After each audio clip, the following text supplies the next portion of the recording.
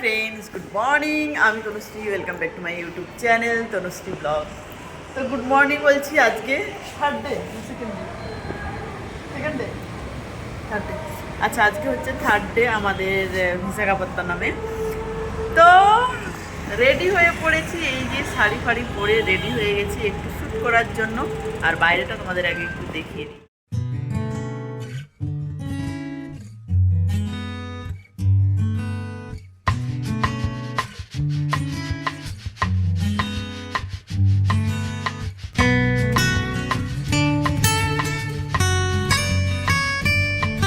চলো যা যাক নিচে।